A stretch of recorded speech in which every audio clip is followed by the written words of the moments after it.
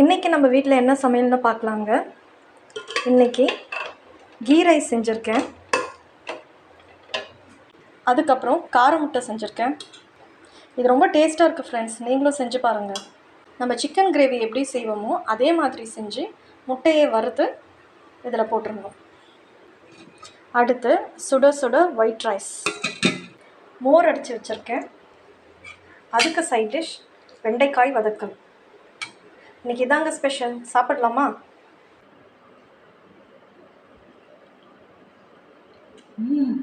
சூப்பராக இருக்குது. சூப்பராக இருக்கா? சரிங்கம்மா.